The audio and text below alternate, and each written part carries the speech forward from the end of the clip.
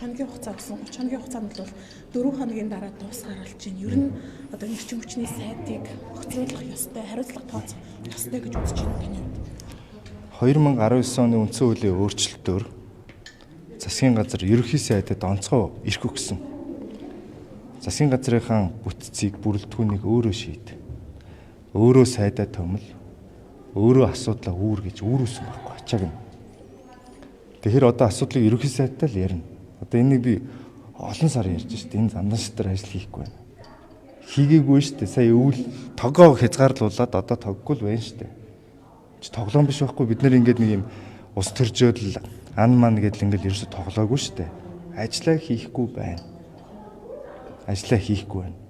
Нэг ток шоугаар ороод ийм лээ. Тэрийг нь үзэх зурагт нь тоггүй штэ. Тий.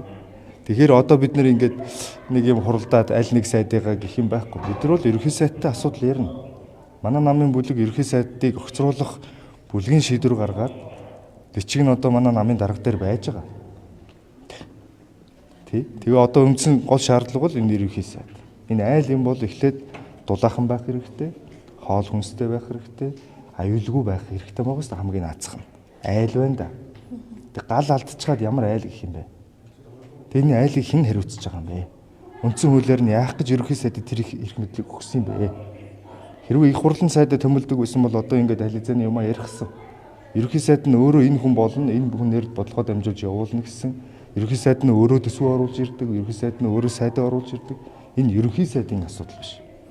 Бид нэр одоо ингээд чойжил сүрэн гэдэг ч юм уу хинч гэдгийг нэг хүн рүү чулуу шидэд өнгөрөх асуудал биш байхгүй дээ. Энэ айлын өрхийн тэргүүнтэй л ярина штэ.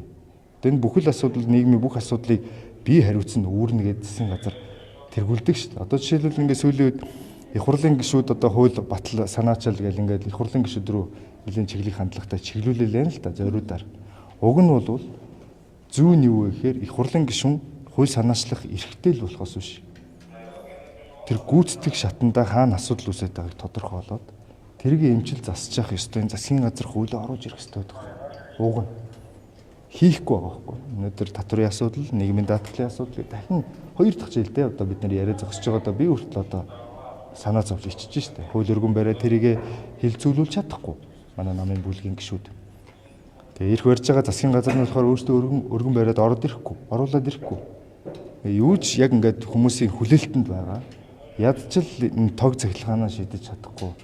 Тэгээ бид нар огцруулах ихээр ус төржөөд байна гэж ингэж үзээд байдаг. Нэг ийм л нэг юм гинжин холбоо байна л. Тэгэхээр би одоо юу бодогдож байна гэхээр яаж одоо энэ 9 жил засаглаад тоггүй галгүй айл хийсэн энэ улс судыг одоо яаж л буулгаж ирэх вэ? Яаж эднэртэй байраа солих вэ? Тийм л бодож яг үнэ.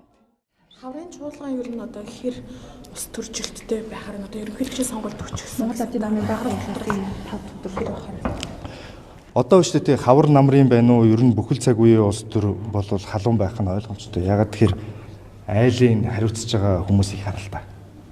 Яаж 50 байх юм бэ? Бид нар зүгээр байх юм. Тоггүй шүү дээ. Наад цахна.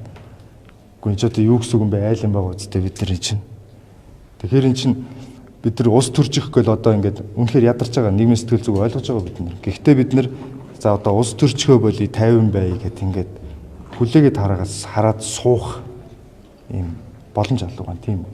Бидний чинь яваад засаатах гэдэг ингээд их хурал гаргаад ирсэн. Бид нар засаатахын ялгүйд ингээд хуулиуд өргөн бариад ингээд явдаг хацаагаад өөрсдөө хийдгүү болохоор чинь хийхгүй хүмүүс огцроо гэхээс өөр яах юм бэ.